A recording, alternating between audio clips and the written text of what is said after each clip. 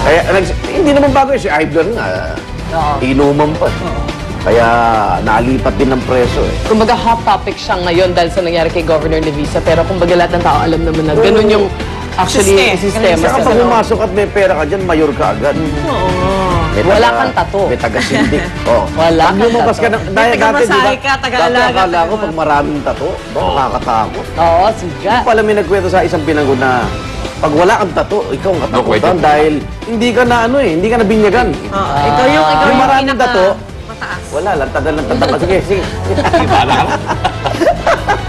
Okay, good morning.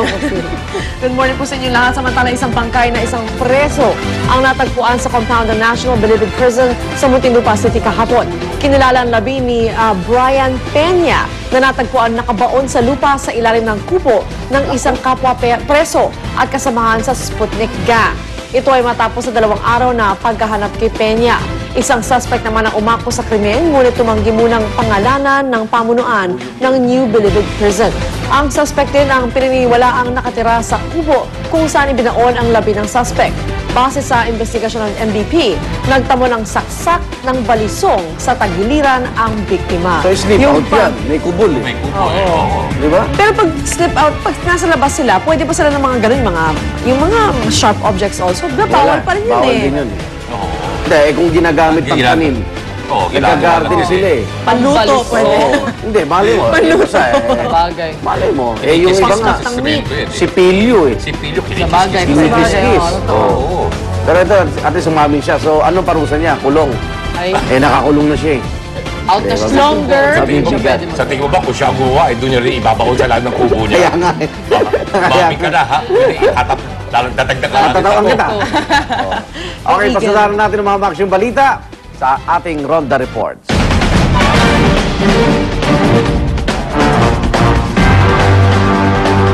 Dagdag ko pala yung napatay pala, yung pinaghinalaan niyang kumukuha ng pera niya sa, yung meron siyang parang coconut na alkansya. Laging nawawala. So yun nung nahuli niya yata. Okay, tumagilid naman isang trailer truck matapos na lumiko sa kurbadang bahagi ng Quirino Avenue sa may Plaza Azul, Pandacan, Maynila. Yan po ang Ronda Report ni Micaela Papa. Mika.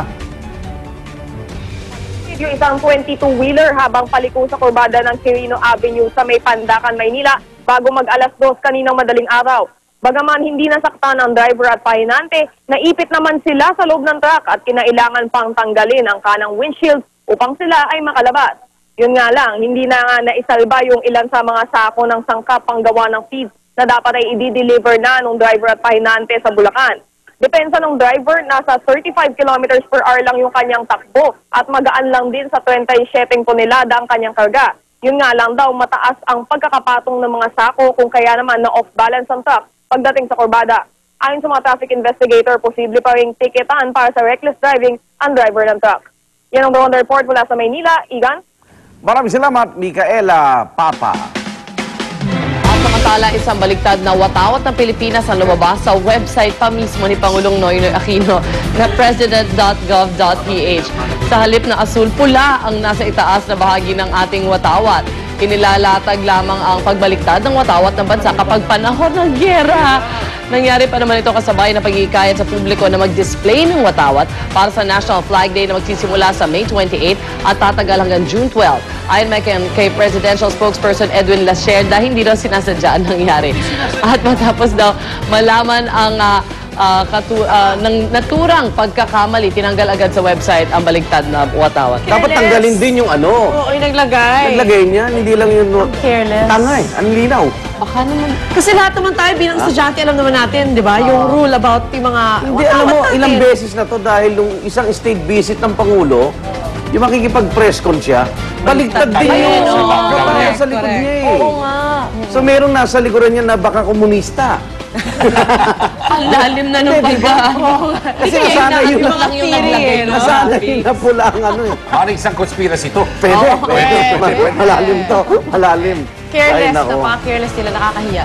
Kala nila safe yung patayo, di ba? Pero Oo, meron ding ano meron yun eh. din Kung lang nasa left ng and right. pula nun ha, hindi sa kaliwa o kanan. Ito halatang-halata na sa ibabaw talaga. Kaya babantayan po natin ngayon ang Thailand kung paano iwawagayo ang ating muwatawad doon dahil si Pangulong Noynoy nandun po ngayon sa 2 araw na state visit niya. Kahapon, nakipagpulong siya kay Thailand Prime Minister Abhisit Vejajiva. Pinag-usapan ng dalawang leader ang usapin ng bilateral trade and investment. Bukod pa rito, tinalakay din ng kooperasyon ng Pilipinas at Thailand sa pagsugpo ng drug trafficking at ang pagsuporta sa sektor ng agrikultura. Nakatakda ring bumisita si Pangulong Aquino sa ospital kung saan nagpapagaling ang hari ng Thailand mula sa operasyon kung saan inaasahan siyang pipirma sa well wishes book para po sa hari. Yan, sana hindi lumala, no? Pipirma lang. Grabe yung respeto talaga ng mga Thai Sa hari. dun sa kanilang hari. Totoo yan. Sobra. Parang pag sumali ka sa tour group, yun ang unang-unang sasabihin sa'yo nung nagli-lead ng Mga tour guide group na mo. never, not even as a joke na kayo ay magsasabi ng hindi maganda tungkol sa aming hari. Nakamukha ni Pangulong Ramos. Tama! Oo nga.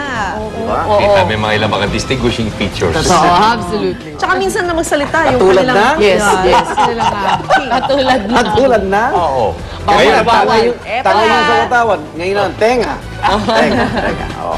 Kaya halos isang linggo na lang ay pasukan na. Numero 1 pa rin daw ng Pilagero-lan ng incoming college students ang kursong nursing. Base yan sa inilabas na datos ng Commission on Higher Education o CHED. Pumapakalawa rito ang kursong Hotel and Restaurant Management at Information Technology.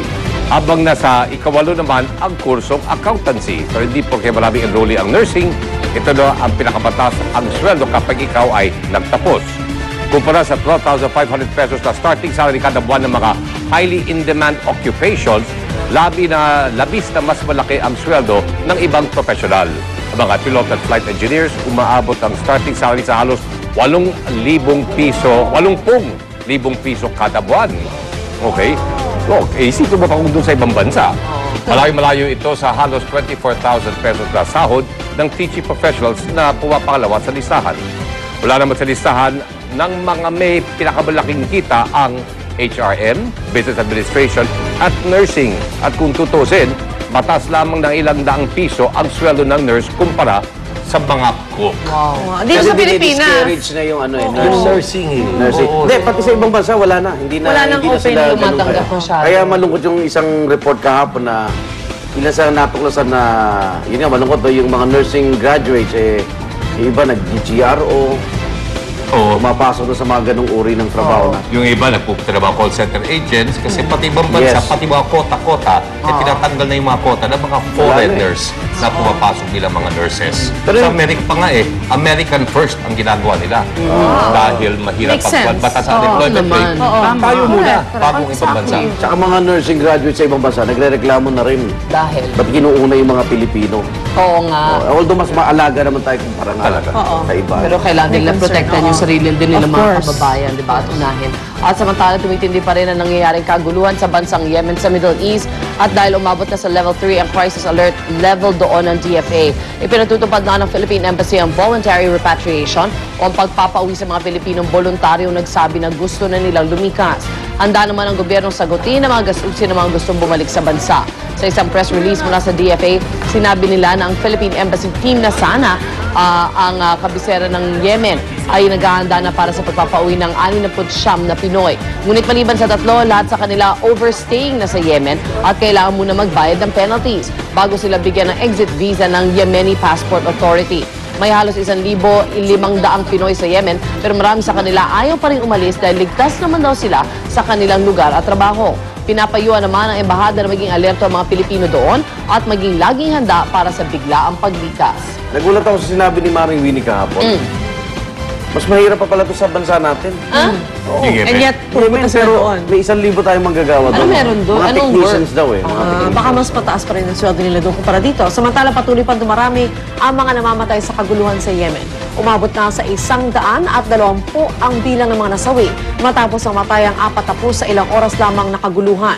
Ito na ang pinakamadugong araw sa Yemen mula na magsimula ang makaguluhan doon noong Enero. Ang tensyon sa Yemen ay bunga ng pagpapaalis sa presidente nitong si Ali Abdullah Saleh na 3 dekada nang nakaupo sa pwesto. Nanawagan naman ang leader ng pinakamalakas na tribo doon sa international community upang mapaalis sa pwesto si Saleh bago pa ito magdulot ng civil war. Pero patuloy pa rin nagmamatigas ang diktador na hindi siya aalis